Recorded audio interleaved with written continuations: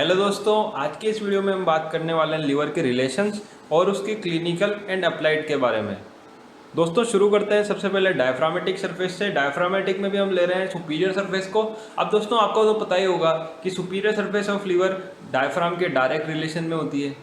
दोस्तों जो लीवर की जो सुपीरियर सरफेस है वो एज ए फ्लैट सरफेस नहीं होती है, उसमें दो बल्जिंग होती है और सेंट्रल में एक डिप्रेशन होता है। तो जो डिप्रेशन वाली जगह है वो सेंट्रल टेंडन ऑफ डायफ्राम के रिलेशन में होती है और जो दोनों बल्जिंग है वो रेस्पेक्टिव डोम ऑफ डायफ्राम यानी कि राइट वाली बल्जिंग राइट वाले डोम ऑफ डायफ्राम से और लेफ्ट वाली बल्जिंग लेफ्ट वाले डोम ऑफ डायफ्राम से रिलेशन में होती है। दोस्तों ये बात थी सुपीरियर सरफेस की। अब आते हैं एंटीरियर सरफेस पे। दोस्तों एंटीरियर सरफेस रिलेशन में होती है जिफोइड प्रोसेस के, जैसा कि स्टर्नम में होती है जिफोइड प्रोसेस, और एंटीरियर एब्डोमिनल वॉल के। इसी के साथ दोस्तों एक लिगामेंट भी होता है एंटीरियर सरफेस पे जो कि लीवर को डायफ्राम और एंटीरियर एब्डोमिनल वॉल से कनेक्ट करने वाला लिगामेंट होता है जिसका नाम है फेल्सीफॉर्म लिगामेंट। तो दोस्तों ये भी एंटीरियर सरफेस के रिलेशन में होता है। अब दोस्तों बात करते हैं हम राइट लेटरल सरफेस के बारे में। राइट लेटरल सरफेस के लिए कहा जाता है कि ये डायफ्राम से रिलेशन बनाती है और 7 to 11 रिब तक मिड एक्सिलरी लाइन में 7 to 11 रिब इसकी रिलेशन में। दोस्तों अब हम समझने के लिए right lateral surface of liver को 1/3 के 3 पार्ट्स में डिवाइड कर देंगे। Upper 1/3, middle 1/3 and lower 1/3। दोस्तों जो अपर 1/3 है वो लंग और प्लूरा दोनों के साथ रिलेशन में होता है, जबकि जो मिडिल 1/3 है वो प्लूरा की जो रिसेस होती है कोस्टो डायफ्रामेटिक रिसेस, काफ़ी इंपॉर्टेंट रिसेस मानी जाती है ये, इसके साथ रिलेशन बनाता है। और जो लोअर 1/3 है वो 10th और 11th रिब्स के साथ रिलेशन बनाता है। अब दोस्तों ये जो हमने बात की राइट लेटरल सरफेस की, ये काफ़ी इंपॉर्टेंट है इसके रिलेशंस। क्यों? क्योंकि जब भी हमें लीवर के कैंसर का शक होता है यानी कि हमें करनी होती है लीवर की बायोप्सी, तो बायोप्सी के लिए हमें चाहिए होता है टिश्यू, और टिश्यू हम लेते हैं निडल से।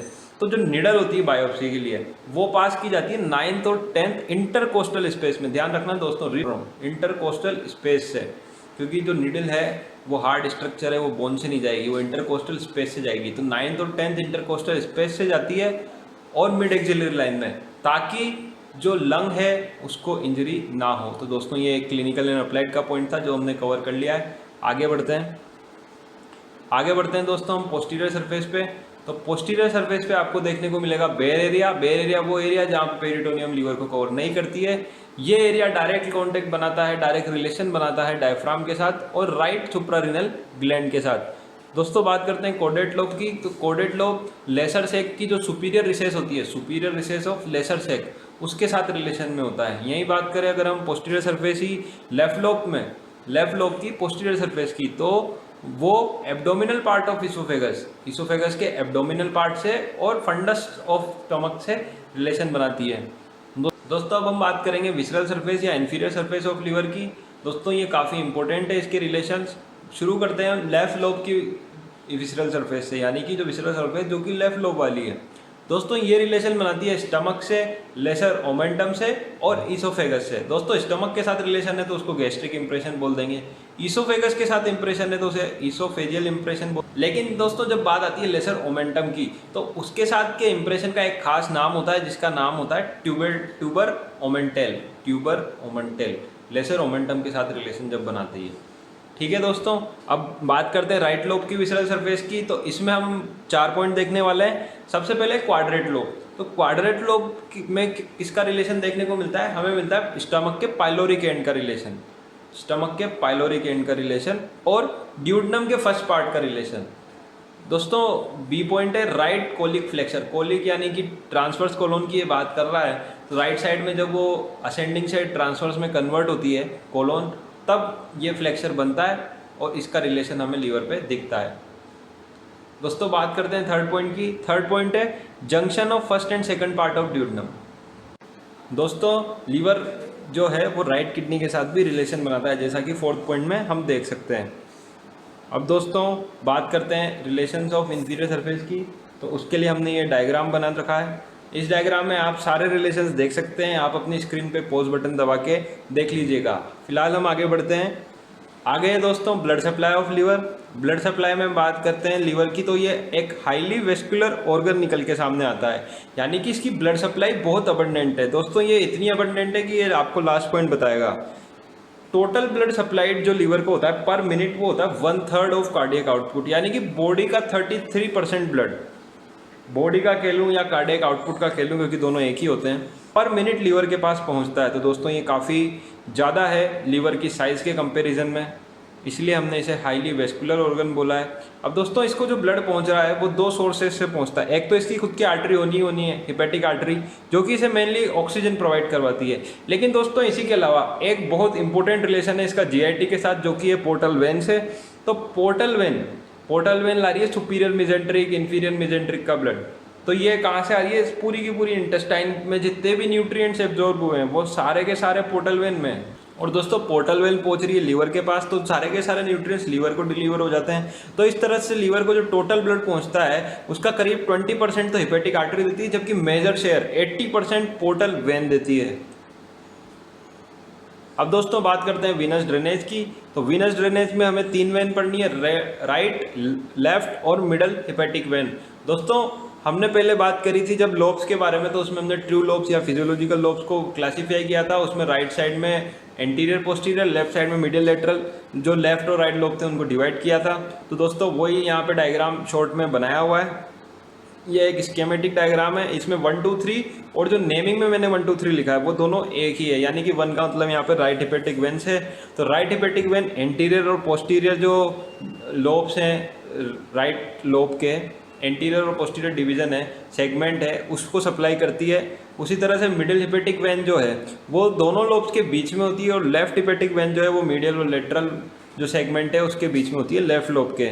तो दोस्तों सेकंड यानी कि मिडिल हिपैटिक वेन के लिए मैं एक खास बात करना चाहूँगा कि ये मिडिल हिपैटिक वेन की जो लोकेशन है ना दोस्तों, ये एग्जैक्ट करस्पॉन्ड करती है कैंटिलीज लाइन की। और कैंटिलीज लाइन हमने पढ़ रखे है कि वो भी यही काम करती है राइट और लेफ्ट लोब को डिवाइड करने का। तो दोस्तों ये सर्जिकल इंपॉर्टेंस होती है इसकी मिडिल हिपैटिक वेन की।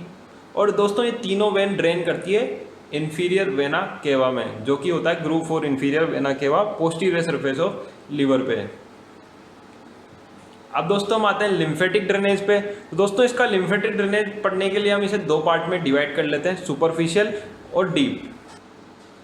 दोस्तों जो सुपरफिशियल लिम्फेटिक ड्रेनेज है वो होता है कैप्सूल से, जो लीवर का कैप्सूल होता है वहाँ पर, और इसको हमने फर्दर डिवाइड किया है एंटीरियर एस्पेक्ट और पोस्टीरियर एस्पेक्ट में। यानी कि सुपरफिशियल जो कैप्सूल है उसमें भी हम एंटीरियर और पोस्टीरियर की बात करना चाह रहे हैं। तो एंटीरियर एस्पेक्ट का जितना भी लिम्फ है वो सारा जाएगा हिपैटिक नोड से, और पोर्टा हिपैटिस पे होते हैं दोस्तों हिपैटिक नोड्स, और वहाँ से ये हिपैटिक आर्टरी के थ्रू पहुँच जाएगा सीलियक लिम्फ नोड्स में। यानी कि हिपैटिक आर्टरी के थ्रू का मेरा मतलब है हिपैटिक आर्टरी के साथ साथ। दोस्तों ये बात हुई एंटीरियर की। पोस्टीरियर में हम बात करें तो ये बेयर एरिया ऑफ लीवर जो होता है वो कम्युनिकेट करता है थोरेक्स के साथ, जहाँ पे ये पोस्टीरियर मीडिया एस्टिनल लिम्फ नोड्स यहाँ पे ड्रेन होता है पोस्टीरियर एस्पेक्ट का लिम्फ।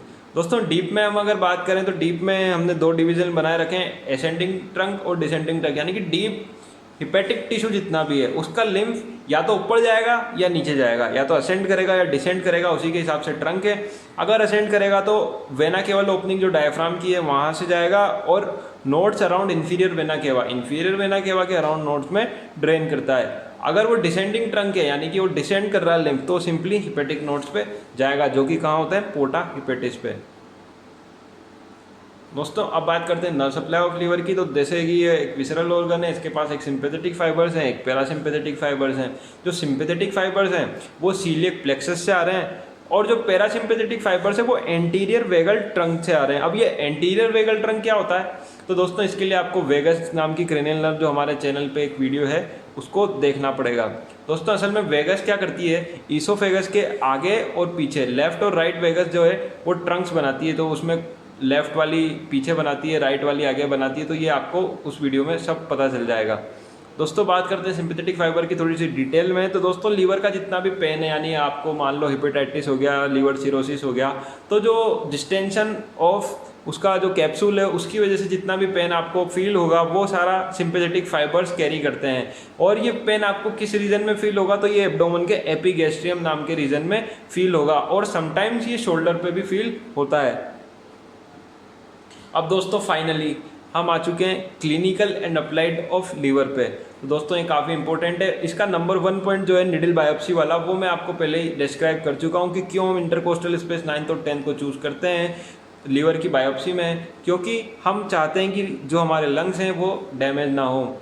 अब दोस्तों हम बात करते हैं सेकंड पॉइंट के बारे में, जो कि है surgical importance of bare area. Bare area वो एरिया जहाँ पे पेरिटोनियम नहीं है, वो क्यों इंपॉर्टेंट है? तो दोस्तों ये एरिया इनक्लोज करता है एक स्पेस को जिसका नाम है एक्स्ट्रा पेरिटोनियल सबफ्रेनिक स्पेस। तो अगर ये स्पेस जो है ये एक पोटेंशियल स्पेस है दोस्तों, अगर कभी अमीबिक हिपेटाइटिस यानी कि सिंपली आप समझिए हिपेटाइटिस हो गया, यानी कि लीवर जो है वो स्वोलन है, तो उसके केस में क्या होगा, पस कलेक्शन हो सकता है। पस कलेक्शन कहाँ होगा? जहाँ पे उसे जगह मिलेगी, जगह इसमें मिल जाएगी उसे एक्स्ट्रा पेरिटोनियल सबफ्रेनिक स्पेस में, क्योंकि ये खुद एक स्पेस है।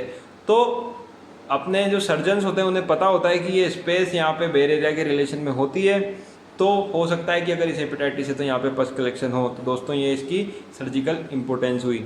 अब दोस्तों बात करते हैं काफ़ी कॉमन बीमारी के बारे में, जो कि है सिरोसिस ऑफ लीवर। दोस्तों सिरोसिस ऑफ लीवर से मुझे तो सबसे पहले याद आता है अल्कोहल। आपको क्या याद आता है कमेंट में ज़रूर बताना। दोस्तों सिरोसिस ऑफ लीवर में हम देखते हैं कि क्या होता है कि हिपेटोसाइट्स हैं उनका नेक्रोसिस हो जाता है। हिपेटोसाइट्स का अगर नेक्रोसिस हो जाता है तो बाद में उनका फाइब्रोसिस भी हो जाता है, यानी कि necrosis of hepatocytes followed by it's fibrosis. दोस्तों ये क्यों होता है? इसका कोज है, मेजर कोज है इंडिया में अल्कोहल। अल्कोहल कंजप्शन कोज है सिरोसिस ऑफ लीवर, ये पेटेंट लाइन है। अब दोस्तों अदर कोजेस की बात करें तो उसमें इन्फेक्शन हो सकते हैं, टॉक्सिन्स हो सकते हैं, पॉइजन्स हो सकते हैं। दोस्तों एक बार जब सिरोसिस हो गया लीवर का तो उस पेशेंट में जॉन्डिस भी होने की संभावना बढ़ जाती है। ऐसा इस वजह से होता है क्योंकि जो बाइल फ्लो है वो ऑब्स्ट्रक्ट हो रहा है, और बाइल फ्लो ऑब्स्ट्रक्ट होने की वजह से ऑब्स्ट्रक्टिव जॉन्डिस, जैसा कि हम पहले लीवर फंक्शन टेस्ट में देख चुके हैं, वो होने की चांस कई ज़्यादा बढ़ जाते हैं। दोस्तों जो सिरोटिक लीवर होता है उसकी ब्लड सप्लाई भी इंक्रीज हो जाती है क्योंकि वो डिजीज्ड है, तो वहाँ के जो सेल्स हैं, क्योंकि हमने सिरोसिस में बात करी है कि हिपेटोसाइट का नेक्रोसिस हो रहा है, तो नेक्रोसिस यानी कि आप सिंपली समझिए डेथ या डैमेज। तो इस वजह से क्या है, वो जो सेल्स हैं वो कुछ फैक्टर्स ऐसे सिक्रीट करते हैं जो कि वेजो एक्टिव होते हैं, और आसान भाषा में बताऊं तो वो वेजो डायलेशन करवा देते हैं, जिसकी वजह से ब्लड सप्लाई इंक्रीज हो जाती है लीवर की। अब सप्लाई तो इंक्रीज होगी लेकिन वहाँ है ऑब्स्ट्रक्शन, तो उसमें क्या प्रेशर बिल्डअप होएगा। अब प्रेशर बिल्डअप होने की वजह से पोर्टल वेन में भी वो होगा, और इसलिए हम इसे कह देंगे पोर्टल हाइपरटेंशन। तो दोस्तों ये पोर्टोकेवल एनास्टोमोसिस में और अच्छे से डिटेल्स आप देखेंगे पोर्टल हाइपरटेंशन में क्या होता है। दोस्तों उम्मीद करता हूँ ये वीडियो आपको पसंद आया होगा। अगर ये वीडियो पसंद आया है तो इसे लाइक कर दीजिएगा, ज़्यादा से ज़्यादा शेयर कर दीजिएगा। अगर आप चैनल पे नहीं हो तो इसे सब्सक्राइब कर दीजिएगा, और अगर आपने सब्सक्राइब ऑलरेडी कर रखा है तो बेल आइकन दबाना मत भूलना। दोस्तों इस वीडियो में इतना ही, मिलते हैं अगली वीडियो में, तब तक के लिए गुड बाय।